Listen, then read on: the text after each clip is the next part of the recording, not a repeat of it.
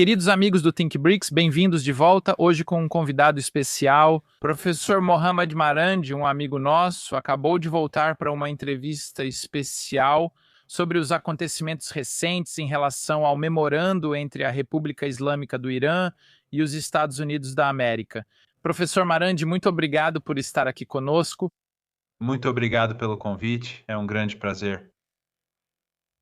Então, professor, parece que o acordo fracassou, algo está acontecendo e nós realmente gostaríamos de entender o que está acontecendo, por que o que deveria ter acontecido em Genebra não aconteceu. O que está acontecendo também do ponto de vista iraniano, quem está tentando sabotar esse acordo e quem realmente controla a política externa dos Estados Unidos. Bem, acho que você respondeu à pergunta. O problema é o regime israelense. O acordo precisa ser implementado. E um dos elementos-chave do acordo é acabar com o genocídio no sul do Líbano, a limpeza étnica e o massacre em massa. O regime israelense está determinado a destruir o Líbano, e eles dizem isso abertamente. Eles dizem isso em suas declarações. Eles dizem isso em suas postagens nas redes sociais. A mídia ocidental não vai nos contar isso porque a mídia ocidental protege esses maníacos genocidas. Mas parte do acordo é que o regime israelense se retire do Líbano e acabe com o massacre. E, em vez disso, o que o regime faz é intensificar o massacre. Bombardeia mais cidades e vilarejos, mata mais mulheres e crianças, só para destruir o acordo. Eles já fizeram isso antes. Tenho certeza de que você se lembra, depois dos 39 dias de combate, quando os americanos aceitaram a derrota e tivemos um cessar-fogo, eles. Naquela época também houve um acordo para que o Irã permitisse a passagem de mais navios pelo Estreito de Hormuz, porque o Estreito de Hormuz tem... O Irã nunca o fechou. Sempre esteve aberto para navios russos, chineses, iraquianos, navios de Omã, navios paquistaneses, países que não participaram da guerra, mas estava fechado para a Arábia Saudita, os Emirados, o Catar, o Kuwait e o Bahrein, porque eles ajudaram os Estados Unidos a travar a guerra e matar iranianos. Então, no cessar-fogo, o Irã deveria permitir que navios desses países passassem pelo Estreito de Hormuz. E então o regime israelense deveria deixar o Líbano e acabar com o massacre. Mas o que aconteceu foi que Netanyahu imediatamente bombardeou maciçamente várias cidades do Líbano. Em 10 minutos, ele matou centenas de pessoas, pessoas comuns em diferentes cidades, apenas para destruir o cessar-fogo. É assim que o regime israelense é monstruoso. E, claro, a mídia ocidental esconde isso do público. Eles dizem que esses são alvos do Hezbollah. Muitos locais bombardeados por eles ficavam em áreas sem ligação com a resistência. Até mesmo as pessoas nesses bairros eram pró-Ocidente, pró-Arábia Saudita, pró-Catar e pró-Israel, mas eles não se importaram. Bombardearam todo mundo. Então eles queriam destruir o cessar-fogo naquela época, cerca de 2 meses atrás, e conseguiram. E isso levou ao agravamento da crise econômica global. Agora eles fazem o mesmo de novo, bombardeando cidades e vilarejos para matar o máximo de pessoas e acabar com esse acordo, porque logo no início do acordo está escrito que a guerra no Líbano deve acabar e a soberania libanesa deve ser restaurada e, portanto, os israelenses têm que se retirar. E é exatamente o contrário que os israelenses estão fazendo. O regime israelense está fazendo exatamente o oposto para destruir todo o acordo. Os israelenses não se importam se a economia global entrar em colapso. Eles não se importam se a economia americana entrar em colapso. Eles não se importam se a economia indiana entrar em colapso. Eles só se importam com o projeto sionista deles. Projetar o projeto dele. Obrigado, professor Mohamed. Bem, estávamos falando sobre o memorando de Islamabad, então o papel do Paquistão foi um papel fundamental e todos estavam discutindo sobre isso. Também tínhamos o marechal de campo Azim Munir como um intermediário-chave apoiado por Pequim. Mas agora que o acordo fracassou, ainda é possível falar sobre um papel fundamental da diplomacia de vai-vem do Paquistão ou não? Qual é o futuro da mediação de Islamabad nesse possível acordo futuro entre o Irã e os Estados Unidos? O acordo não fracassou completamente, mas está mais próximo do fracasso, mesmo que só tenham se passado alguns dias. Os paquistaneses, obviamente, desempenharam um papel positivo. Mas, no fim das contas, essas são mensagens escritas que são enviadas de um lado para o outro entre o Irã e os Estados Unidos. E foram os Estados Unidos que estavam impedindo um acordo. No final das contas, os americanos tiveram que aceitar. E qualquer um que leia o acordo reconhece que os americanos tiveram que admitir a derrota. É óbvio o motivo, pois perderam na guerra. No início da guerra, Trump exigiu rendição incondicional e que o Irã depusesse as armas. Ao fim da guerra, ele teve que aceitar o plano de paz de 10 pontos do Irã como base para negociações. E então ele impôs um cerco econômico, que era uma faca de dois gumes. Ele destruiu o mundo, Trump destruiu a economia global, na esperança de destruir a economia iraniana, e o Irã resistiu mais do que ele, então ele teve que aceitar negociações. E claro, o texto da negociação, o texto que foi negociado, reflete as derrotas no campo de batalha e no cerco econômico. Mas o problema é a implementação. Os Estados Unidos resistem à implementação e o mesmo acontece com o regime sionista.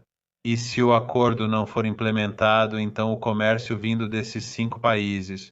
Isso ajudou os Estados Unidos a matar iranianos, os sauditas, os cataris, os emiradenses, o Kuwait e o Bahrein. Eles não poderão usar o Estreito de Hormuz. Bem, deixe-me dizer, você acha que talvez tudo isso tenha sido apenas uma espécie de armadilha para descobrir quem eram os falcões por trás das linhas, para identificar esses falcões? Tanto pelos Estados Unidos quanto pelo lado iraniano, já que eles assinaram um memorando, não um acordo, não um tratado, e alguns analistas estavam discutindo sobre isso. Por que um tipo de acordo legal tão fraco quando eles poderiam talvez buscar algo mais forte? Mas o que vimos nas últimas 48 horas é que, na verdade, parece que o acordo estava prestes a fracassar, sabe, por causa dos ataques do regime israelense. E por outro lado, vemos que os Estados Unidos ainda estão esperando, não respondem, não mostram nenhum tipo de posição oficial. Você acha que isso realmente pode estar na mente de ambos os lados que estão assinando os tratados? Bem, esse memorando de entendimento só pode ser implementado se os Estados Unidos forem honestos. E os Estados Unidos precisam levantar o cerco, que é o que eles fizeram.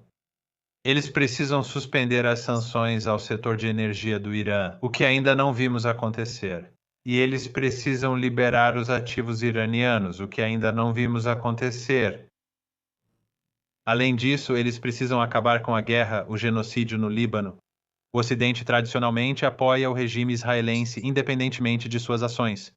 Se eles matarem centenas de milhares de pessoas, os europeus, os americanos, as elites apoiam totalmente eles. Mesmo que as pessoas comuns odeiem o regime e, na Itália, por exemplo, vimos enormes protestos contra o genocídio. Mas estou falando das elites, das pessoas no poder. Então, agora é assim que as coisas estão. Tradicionalmente, o Ocidente apoia os israelenses quando eles bombardeiam Beirute, quando bombardeiam cidades no sul do Líbano, quando bombardeiam as casas das pessoas. Na verdade, ontem, um amigo meu, o sogro dele, foi morto. A casa dele foi bombardeada e ele ficou sob os escombros. E o regime israelense não permitiu que as pessoas se aproximassem do prédio para salvá-lo. Então esse senhor morreu. Mas esse é apenas um exemplo. Mas o problema é que, se eles permitirem que os israelenses violem o acordo, então a economia global vai se aproximar cada vez mais de uma crise. Então Trump precisa fazer uma escolha. Ele quer permitir que a economia global entre em colapso? Ou ele deveria impedir os sionistas de matarem mulheres e crianças? Essa é a verdadeira questão aqui. A questão é se os Estados Unidos estão preparados para expulsar ou forçar o regime israelense a sair do Líbano e parar de matar pessoas. Se tiver vontade de fazer isso, então o acordo pode avançar. Se não tiver essa vontade, então o acordo vai desmoronar. seja o que todos estão esperando ver. Então vamos mudar o assunto para outro tópico. Tenho uma pergunta muito prática de um empresário iraniano da nossa equipe. Então, em caso de acordo, estamos falando de bilhões congelados e fundos que foram realmente liberados, 24 bilhões mais outros bilhões para investir na reconstrução. Como o Irã pode garantir? Garantir que não haverá influência americana na gestão desse dinheiro. Quero dizer, existe um quadro jurídico-financeiro específico para proteger esses ativos da interferência ocidental ou não? Bem, a liberação de fundos, que é de 12 bilhões de dólares, e então, nos próximos meses, mais 12 milhões de dólares do dinheiro iraniano que foi roubado. Ah, esse dinheiro, os 24, 25 bilhões de dólares que serão liberados de acordo com o plano, é dinheiro iraniano. Então, os iranianos vão usar esse dinheiro da maneira que quiserem. Esse outro dinheiro do qual você está falando, o dinheiro de investimento, esse, claro, precisa passar pelas leis iranianas e precisa passar pelo governo, assim como em qualquer outro país. O investimento estrangeiro possui regulamentações próprias. E basicamente o que isso está fazendo é quebrar o regime de sanções, porque os americanos impuseram muitas leis para impedir que países façam negócios com o Irã, que invistam no Irã. Então, basicamente, esse aspecto do acordo rompe esse regime de sanções.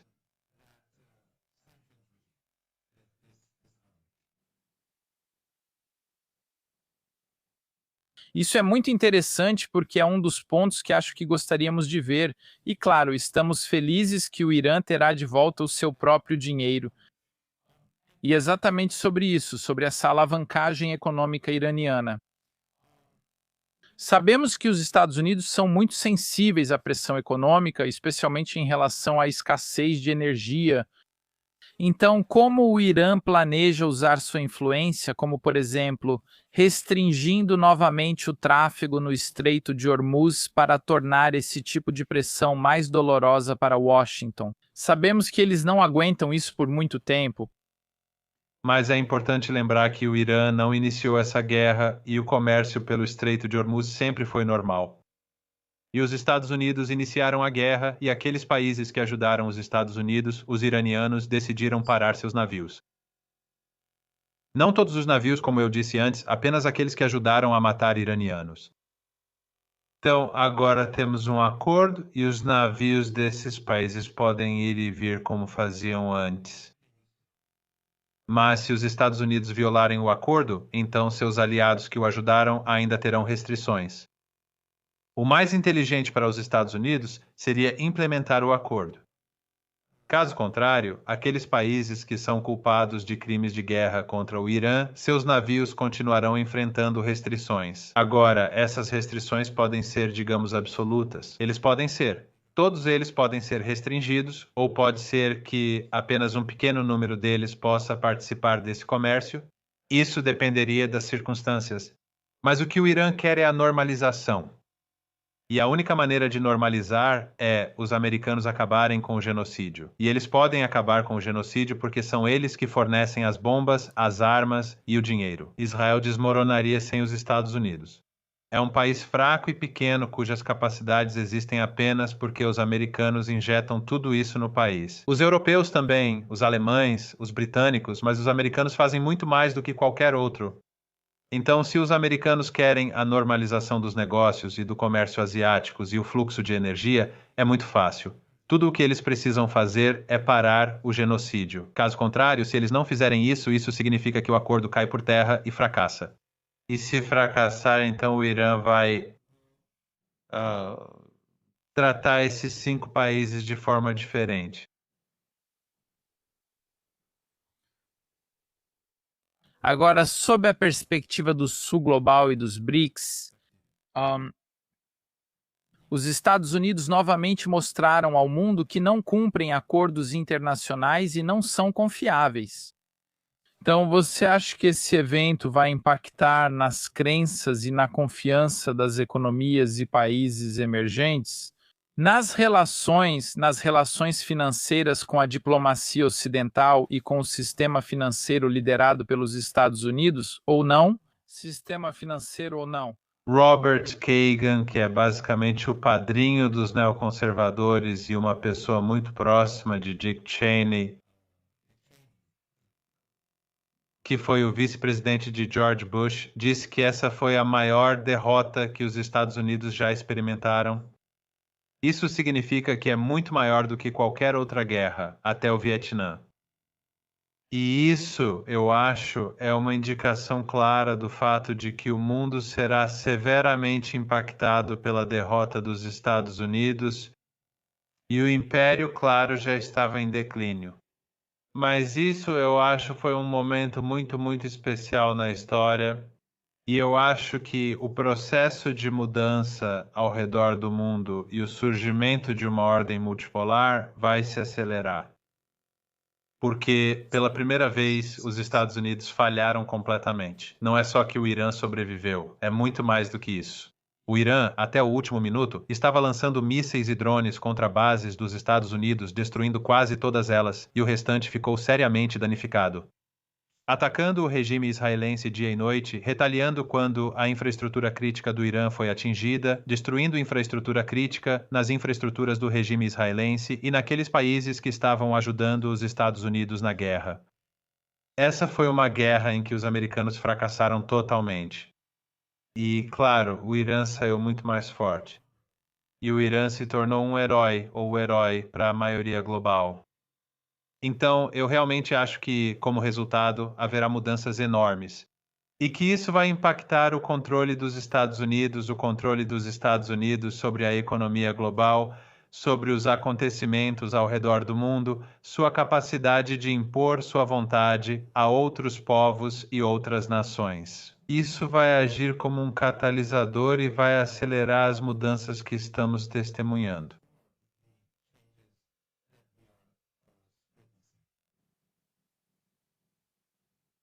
Ó, deixe-me, professor, fazer uma pergunta sobre o papel político do esporte. Estamos no período da Copa do Mundo e há alguns dias a seleção iraniana jogou contra a Nigéria e os jogadores entraram em campo carregando as mochilas das crianças durante o hino nacional em homenagem aos mártires da escola de Minab. Nova Zelândia. Desculpa. Amanhã vai jogar a segunda partida contra a Bélgica, se não me engano. E a gente sabe que, com o claro ostracismo dos Estados Unidos em relação aos atletas iranianos, deixa eu te perguntar, com um toque de ironia, o que você daria para ver Trump entregar pessoalmente a taça da Copa do Mundo, dar ela para a seleção iraniana em solo americano? Bem, a seleção iraniana é um bom time. Acho altamente improvável que a gente chegue a esse ponto. Eu preferiria que a seleção iraniana não tivesse que receber a taça das mãos do Trump. Eu preferiria que o Trump nunca fosse visto ao lado de nenhum iraniano. O que eu gostaria de ver é a Copa do Mundo acontecer em paz e as pessoas aproveitarem. Os Estados Unidos estão tratando mal a equipe iraniana. E assim como trata o povo iraniano, o povo libanês, o povo palestino, de uma forma muito vergonhosa, até no futebol não consegue se comportar normalmente. Mas espero que os jogos sejam uma oportunidade para as pessoas ah, esquecerem um pouco de suas dores e de parte do sofrimento que acontece no mundo. Mas, ao mesmo tempo, também espero que as pessoas não esqueçam Gaza, que não esqueçam o Líbano e não esqueçam os crimes que estão sendo cometidos diariamente pelo regime israelense. E que todos continuem pressionando os Estados Unidos e os europeus por apoiarem o etnossupremacismo, o genocídio e a limpeza étnica. Professor Marandi, obrigado pelo seu tempo e análises, como sempre, e esperamos realmente vê-lo muito em breve. Muito obrigado a todo o nosso público. Fique ligado, informado e até a próxima entrevista.